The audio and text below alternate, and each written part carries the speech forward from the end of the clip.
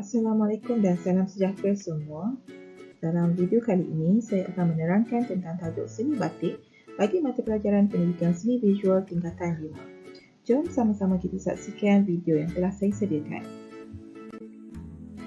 Standard pembelajaran: menjelaskan prinsip asas seni batik, mencerakinkan jenis seni batik, mengenal pasti alatan dan bahan seni batik, mengkategorikan motif seni batik dan menerangkan proses seni batik. Prinsip asas seni batik. Batik dihasilkan melalui proses mendiding dan mewarnakan kain putih. Proses pewarnaan lazimnya dibuat secara sapuan atau pencerupan. Terdapat beberapa teknik tertentu yang digunakan untuk menghalang warna daripada bercampur pada bahagian-bahagian bercorak semasa proses mewarnakan kain. Salah satu teknik mencorak atau melakar pada tekstil adalah dengan menggunakan lilin. Lilin berfungsi sebagai bahan untuk menghalang warna daripada bercampur di antara satu sama lain. Kraf batik juga menggunakan gabungan bahasa seni visual seperti irama dan pergerakan, kepelbagaian, penegasan, harmoni, motif yang seimbang serta pemilihan warna yang menarik. Kesempurnaan seni batik boleh dilihat daripada ketepatan cantuman garisan lilin dan ketelitian dalam sapuan warna. Dalam gambar rajah yang pertama, anda dapat melihat kepelbagaian warna menghasilkan corak batik pelangi yang menarik.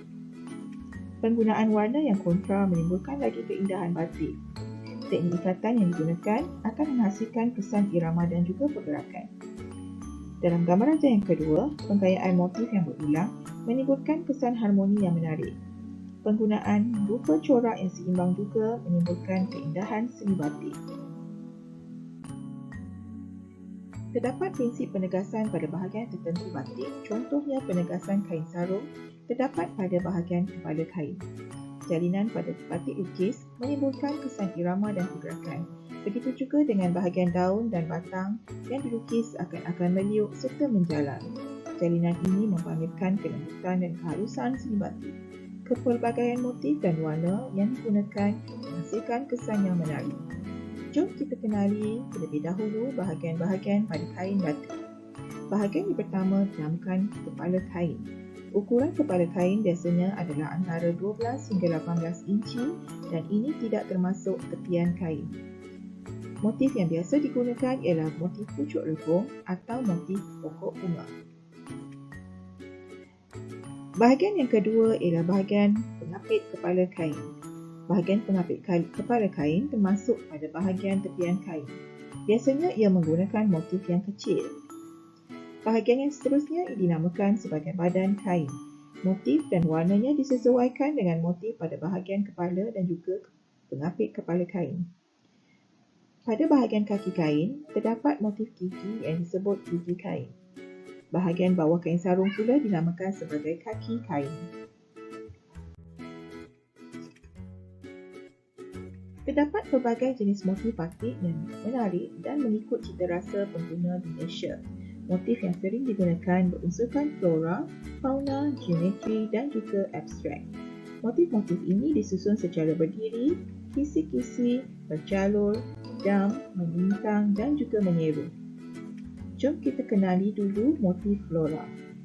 Unsur flora yang menjadi motif batik seperti bunga, daun, ranting, putik dan juga kuntum bunga. Motif-motif ini digunakan secara tunggal, menjalar atau berterabur. Motif flora pada batik sarung disusun secara mendatar. Motif pucuk rebung digunakan untuk menghiasi bahagian kepala kain sarung. Contoh-contoh motif flora ialah seperti motif pucuk rebung, motif daun Siti Fatimah, motif bunga teratai, motif pohon ara, motif bunga mawar dan juga motif bunga telepuk. Motif fauna pula terdiri daripada unsur serangga dan juga haiwan. Contoh motif fauna ialah seperti motif burung, motif ayam, motif kupu-kupu, motif sayap burung garuda dan juga motif siput. Motif yang ketiga ialah motif geometri. Unsur geometri terhasil daripada bentuk-bentuk geometri yang disusun dengan pelbagai cara untuk menghasilkan variasi motif. Contoh motif geometri adalah seperti motif banji, swastika, kawung, jalur, kelur pinggir awan persegi. Motif yang berikutnya ialah motif abstrak. Unsur abstrak menunjukkan pelbagai unsur flora, fauna dan geometri yang digayakan dan diolah menjadi motif abstrak yang menarik. Contoh motif abstrak ialah seperti mega mendung, jaring ikan, awan dan juga abut. Motif isen merupakan motif pengisian pada ruang kosong untuk kain batik tradisional. Selalunya, motif isen disusun sebagai latar belakang pola corak. Contoh motif isen ialah seperti cecek-cecek ataupun titik-titik, geringsing atau penutupan, sirapan atau atap sirapan, cantel dan juga sisik melik atau sisik bertitik. Jom kita kenali pula jenis, alat, bahan dan proses seni batik. Terdapat 4 seni batik iaitu batik pelangi, batik lukis atau batik canting, batik blok dan juga batik skrin.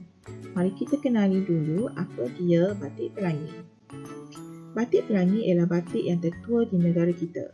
Batik ini diperkenalkan oleh Minah Pelangi dari Terengganu dan Haji Cik Syu dari Kelantan. Batik pelangi merupakan batik yang tidak menggunakan lilin. Salah satu teknik penghasilan corak batik pelangi adalah dengan menggunakan teknik ikat dan celup. Teknik ini memerlukan kreativiti semasa mengikat dan mencelup kain ke dalam pewarna. Jenis ikatan yang selalu digunakan ialah simpulan, ikatan lipatan dan juga jahitan. Terdapat beberapa jenis pewarna yang boleh digunakan dalam proses ikat celup, antaranya pewarna Remazol dan juga Neptol. Sekiranya anda menggunakan pewarna Neptol, anda tidak perlu melalui proses mematikan warna. Batik pelangi selalu digunakan untuk membuat baju, tudung dan juga selempang. Antara alat dan bahan untuk menghasilkan batik pelangi ialah seperti benang, getah, tali, kuli, pisau anti, perus, kain kapas atau kain sutera, sodium silikat dan juga pewarna Remazol. Berikut ialah proses penghasilan batik pelangi. Pada permulaannya, kain putih kita perlu dibasuh untuk membuang kanji yang terdapat pada kain tersebut. Proses yang kedua ialah masukkan guni dalam kain dan ikat dengan tali atau getah mengikut corak yang anda ingini. Seterusnya, sediakan bahan pewarna Remazol untuk mewarnakan kain. Kain diwarnakan secara celupan atau menggunakan berus pada bahagian yang diikat. Kain diwarnakan dengan beberapa warna untuk mendapatkan corak pelangi. Setelah warna yang disapu itu kering, buka ikatan kain. Kemudian, rendam kain dalam sodium silikat untuk mematikan warna. Setelah itu, cuci kain untuk menghilangkan sodium silikat tersebut. Dan proses yang terakhir sekali ialah keringkan kain di tempat yang teduh. Okey, berikut saya sediakan video penghasilan batik pelangi. Dalam video tersebut, t-shirt digunakan. Lipat dua t-shirt tersebut, kemudian ratakan permukaan t-shirt supaya kemas. Lakarkan motif.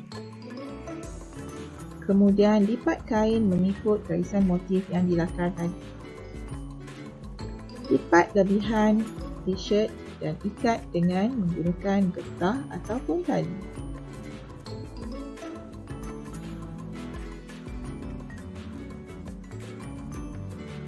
Jenis lipatan menghasilkan corak yang berbeza. Kemaskan lipatan kita, kemudian ikat dengan getah ataupun tali. Proses seterusnya, masukkan warna. Pastikan jumlah warna yang disapu mencukupi agar warna tersebut dapat diserap secara keseluruhan kain. Gunakan pelbagai warna agar hasil karya anda kelihatan lebih menarik.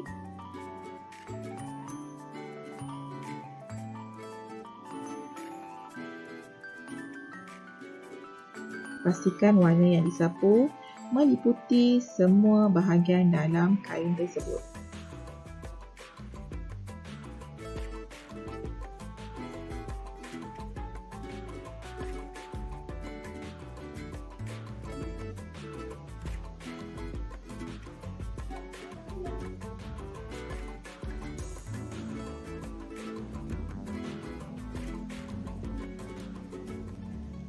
Setelah kering, buka semula ikatan getah nadi secara perlahan-lahan. Anda dapat melihat hasil lipatan anda pada hasil karya yang telah anda hasilkan. Seterusnya, basuh dan keringkan. Sekiranya anda ingin mematikan warna pada produk tersebut, anda perlu melakukan proses rendaman dengan air sodium silikat secara semalaman, basuh kemudian jemur sehingga kering.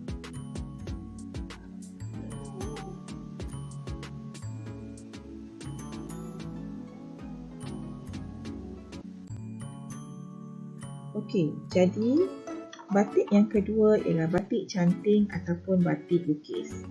Batik cantik atau batik lukis mempunyai nilai komersial yang sangat tinggi. Batik lukis ini diminati oleh pengguna dan penggemar fashion kerana pemilihan dan penggunaan warna, jenis kain serta motifnya yang kreatif. Kombinasi tradisional dan kontemporari mempengaruhi perkembangan seni batik canting. Kaedah penghasilan batik ini adalah dengan menggunakan canting yang diisi dengan lilin cair untuk melakar motif atau motif di atas kain. Kemudian lakaran ini diwarnakan mengikut kreativiti pembatik. Bahan seperti damar perlu dimasukkan ke dalam campuran lilin untuk mengelakkan lilin daripada patah dan memudahkan proses mencanting. Minyak masak juga boleh ditambah ke dalam campuran lilin dan damar. Sukatannya adalah 500 gram lilin ditambah dengan 3 sudu minyak masak. Batik ini banyak digunakan untuk menghasilkan produk seperti selendang, skarf, tali leher dan sebagainya. Selain digunakan untuk menghasilkan pakaian, batik canting juga digunakan sebagai hiasan kelengkapan rumah seperti pelengkap hiasan dalaman yang cantik dan menarik. Antara alat dan bahan untuk menghasilkan batik canting atau batik lukis ialah canting, span, berus, periuk dan dapur, pewarna remazol, damar, lilin parafin, soda ash, kain kapas atau kain sutera satin, sodium silikat dan juga pemidang. Berikut ialah proses penghasilan batik canting atau batik lukis. Proses yang pertama ialah kain dipasang pada pemidang dan diregangkan. Motif perlu dilakar menggunakan pensel sama ada pensel 4B atau pensel 6B. Perlu diingatkan lakaran tidak perlu ditekan secara kuat. Panaskan campuran lilin dan damar, sediakan canting mengikut saiz yang diperlukan. Canting bersaiz S sesuai digunakan pada kain sutera jaket. Canting bersaiz S juga digunakan pada motif yang halus. Canting bersaiz M pula digunakan pada kain kapas dan motif yang besar ataupun kasar. Proses yang seterusnya ialah proses mencanting. Mulakan proses mencanting mengikut lakaran pada kain. Pastikan garisan dicantum dengan kemas. Setelah selesai mencanting, warnakan corak mengikut warna pilihan. Proses mewarna perlu dilakukan segera untuk mengelakkan warna tidak sekata. Setelah itu, biarkan kain tersebut sehingga kering. Sekiranya menghasilkan batik tindanan warna, ulang semula proses mencanting dan juga mewarna. Setelah itu, kain akan direndam di dalam larutan sodium silikat untuk mematikan warna. Biarkan kain tersebut selama semalaman atau selama 5 jam. Kemudian cuci kain dengan air bersih untuk menghilangkan kesan sodium silikat dan lebihan warna. Seterusnya, rebus kain dengan air panas yang telah dicampurkan dengan soda ash. Kain direbus untuk menanggalkan lilin pada kain. Basuh dan bilas kain serta keringkan kain di tempat yang teduh.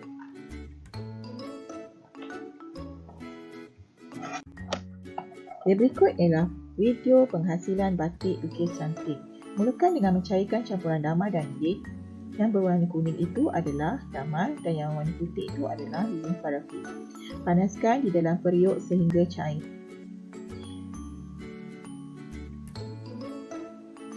Masukkan lilin ke dalam canting mengikut saiz yang kita perlukan.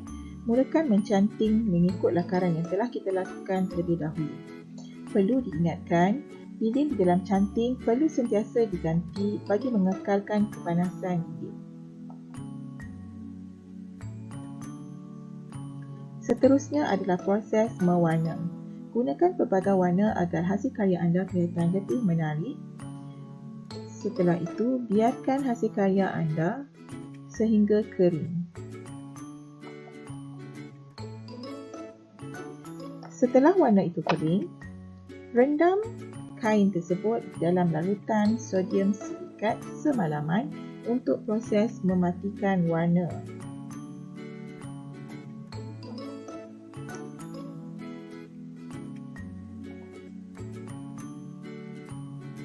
Pastikan larutan tersebut mengenai semua bahagian kain. Cuci hingga bersih dengan menggunakan air yang bersih. Kemudian, rebus kain di dalam air rebusan yang dicampur dengan larutan soda ash bagi mencairkan lilin. Kemudian, cuci dengan air bersih dan jemur di tempat yang teduh sehingga kering.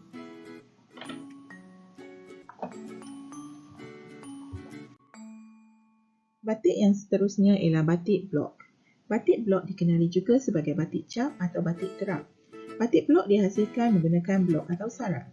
Pada awalnya, blok yang digunakan diperbuat daripada kayu dan hanya menggunakan warna hitam dengan latar belakang kain berwarna putih. Kemudiannya, penggunaan blok kayu bertukar kepada blok besi. Kini blok dihasilkan dengan campuran bahan tembaga, timah dan juga zinc. Corak dan motif yang dihasilkan lebih kemas, halus serta lebih tinggi nilai seninya. Proses ini memerlukan sekurang-kurangnya 3 warna dengan 3 buah blok yang berbeza. Pewarna yang digunakan seperti Remazol dan juga Neptol. Batik blok melibatkan penggunaan meja terap. Meja terap diperbuat daripada kayu atau logam yang diisi span dan dialas dengan plastik. Kepingan span tersebut berfungsi untuk menyerap dan menakung air.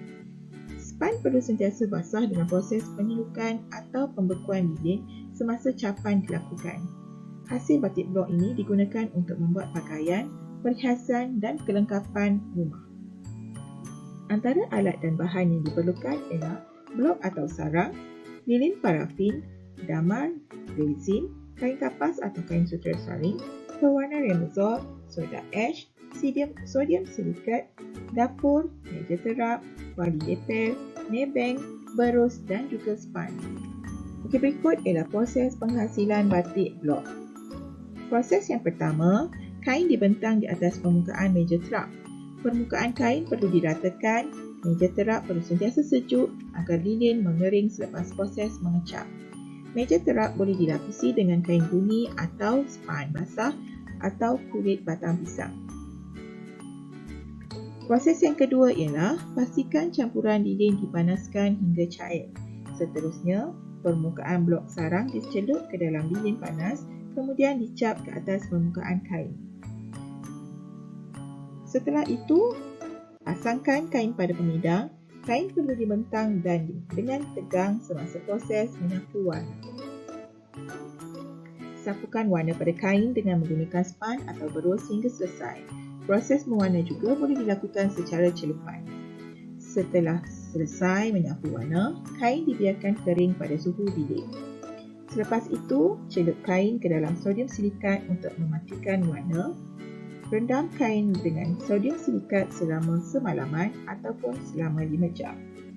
Basuh dan bilas kain, kemudian rebus kain dengan campuran soda ash untuk menanggalkan lilin pada kain. Setelah itu, basuh dan bilas kain semula dan jemur hingga kering pada suhu bilik atau di tempat yang teduh. Ini adalah proses penghasilan batik blok. Video tersebut menunjukkan contoh blok atau sarang yang digunakan dalam proses penghasilan batik blok. Proses dimulakan dengan meratakan kain di atas meja terap.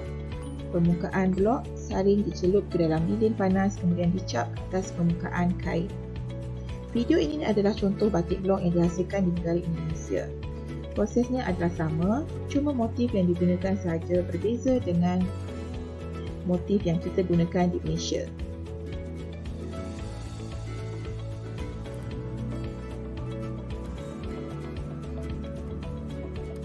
Setelah keseluruhan kain dicap, kain tersebut dicelup pula dengan warna dan dibiarkan sehingga kering.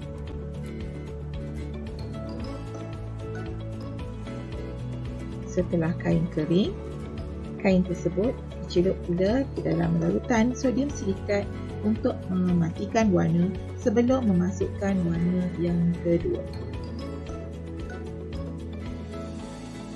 Biarkan sehingga kering. Proses yang dilakukan ini adalah untuk menghasilkan kesan retakan pada kain. Kain tersebut diketuk pada bahagian lilin. Kemudian,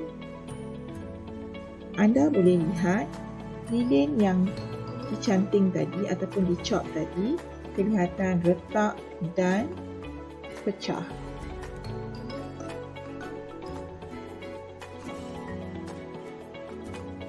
Seterusnya, warna kedua dicelup ke atas permukaan kain. Warna ini akan melekat pada bahagian lilin yang pecah tadi. Rendam semula kain dengan larutan sodium silikat dan bilas sehingga bersih. Keringkan kain. Kemudian, rebus kain di dalam air rebusan yang telah dicampur dengan soda ash sehingga keseluruhan lilin tersebut tanggal.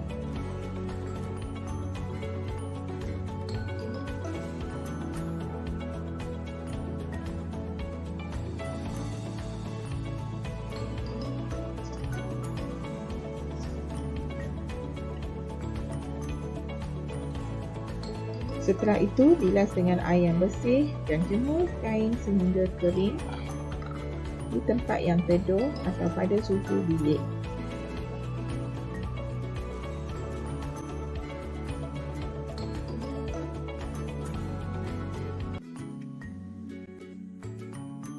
Okey, batik yang seterusnya ialah batik skrin. Batik skrin berbeza dengan batik yang lain kerana ia tidak menggunakan lilin yang panas. Batik ini sebaliknya menggunakan lilin yang sejuk dan skrin saring sutera untuk memindahkan motif pada kain. Motif atau corak yang disediakan dipindahkan daripada kertas ke skrin saring sutera secara pendedahan imej pada cahaya. Proses pemindahan motif ke atas kain menggunakan teknik terapan lilin sejuk. Lilin tersebut akan diratakan di atas skrin saring sutera yang diregangkan di atas pemindang. Penggunaan teknik cetakan saring sutera ini dapat menghasilkan imej yang sekata berulang kali. Batik skrin ini sangat digemari oleh pengusaha batik kerana proses penghasilannya yang mudah, menarik dan juga menjimatkan masa. Antara alat dan bahan yang diperlukan untuk menghasilkan batik skrin ialah batik sekuji, foto emulsi, table glue, kain sutera atau kain kapas, span, berus, skrin saring sutera, emulsion coater, pewarna remazol, lilin sejuk, sodium silikat, soda ash, light bulb dan juga span besar. Berikut ialah proses penghasilan batik skrin. Motif dihasilkan dalam bentuk digital iaitu menggunakan format Adobe Illustrator dan dicetak pada kertas. Sediakan pemindang skrin, sapu emulsi foto pada pemindang dan biarkan hingga kering. Proses ini dilakukan di dalam bilik gerap kerana emulsi foto sensitif terhadap cahaya. Kertas pencetak motif dibentangkan di atas light bulb dan disapu dengan minyak tanah untuk mendapatkan kesan dut sinar. Minyak tanah digunakan kerana sifatnya cepat kering. Pemindang skrin saring sutera yang berimulsi foto akan diletakkan di atas kertas berminyak. Pemindang dan kertas perlu dimampatkan. Papan lapis yang berlapik dengan kepingan span bertindak sebagai penghalang cahaya dan akan diletakkan di atas pemindang skrin sutera saring. Proses pendedahan dilakukan selama 5 minit hingga 5 minit 30 saat. Selesai proses pendedahan imej, skrin saring sutera akan dicuci untuk menanggalkan emulsi foto mengikut corak motif. Cucian dilakukan menggunakan air dan span. Gam disapukan di atas meja untuk melekatkan kain. Kain dilekatkan supaya rata dan tegak. Kemudian, skrin saring sutera akan diletakkan di atas kain yang telah diratakan. Lilin sejuk akan dituangkan ke atas skrin. Ratakan lilin sejuk dengan menggunakan sekuji. Kesan lilin akan terlekat pada kain. Biarkan lilin tersebut sehingga kering. Kemudian pasangkan kain pada pemindang. Kain perlu dibentangkan dengan tegang semasa proses mewarna. Proses mewarna dilakukan sehingga selesai. Seterusnya, lakukan proses mematikan warna menggunakan sodium silikat. Cuci kain untuk menanggalkan sodium silikat. Dan seterusnya, rebus kain dengan air panas yang telah dicampur dengan soda ash. Kain direbus untuk menanggalkan lilin pada kain. Basuh dan bilas kain, kemudian jemur kain di tempat yang teduh. Jadi berikut ialah proses penghasilan batik skrin. Proses pertama ialah regang dan ratakan kain atas permukaan meja dan juga pemidang.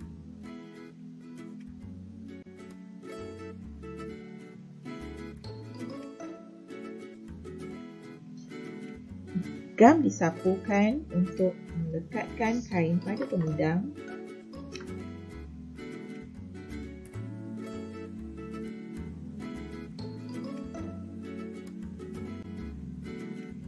Setelah itu,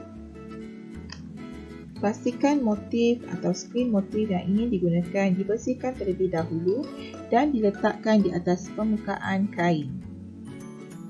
Letakkan warna pada permukaan skrin.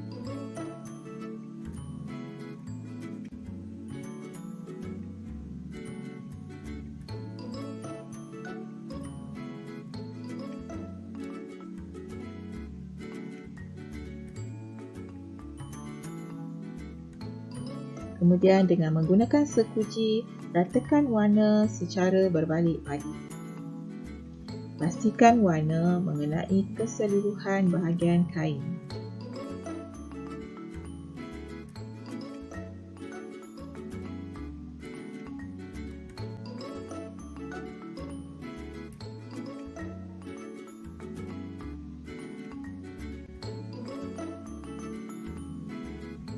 Ulang proses sehingga penuh keseluruhan permukaan kain yang kita ingini. Kemudian masukkan warna yang kedua dan masukkan skrin motif yang kedua.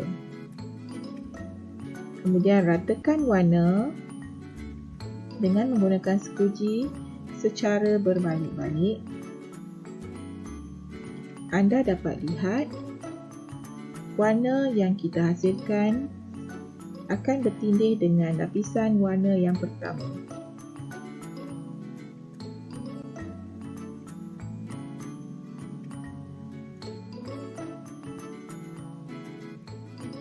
Dan itu adalah lapisan warna yang kedua bertindih dengan lapisan yang warna pertama.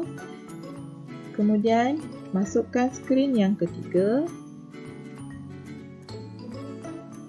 Setiap skrin mempunyai motif yang berbeza-beza mengikut corak yang anda hasilkan.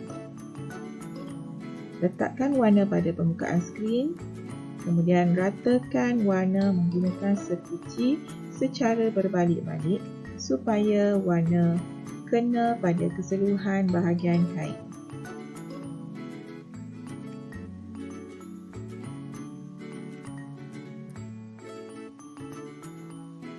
Ulangi langkah sehingga keseluruhan warna dimasukkan ke dalam kain anda.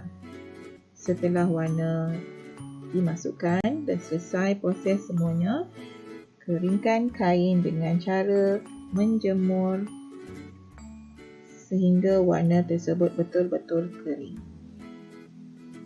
Lakukan proses mematikan warna seperti proses batik yang lain.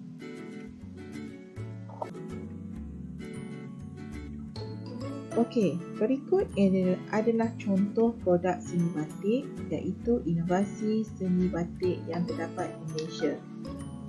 Hasil seni batik dapat menghasilkan pelbagai barangan kraft dan juga perhiasan serta peralatan rumah. Contohnya, seni batik boleh menghasilkan sarung bantal, sarung katil, napkin, skarf rambut, pemegang periuk, beg tangan, bekas tisu, dompet, kipas dan sebagainya.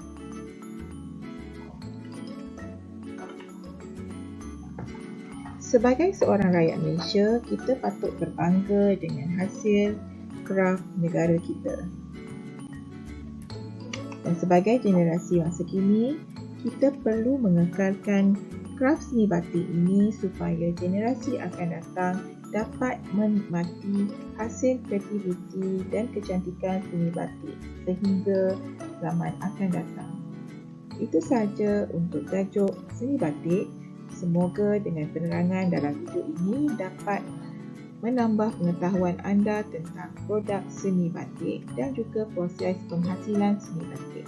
Sehingga kita berjumpa lagi dalam video yang akan datang. Assalamualaikum, selamat sejahtera. Bye.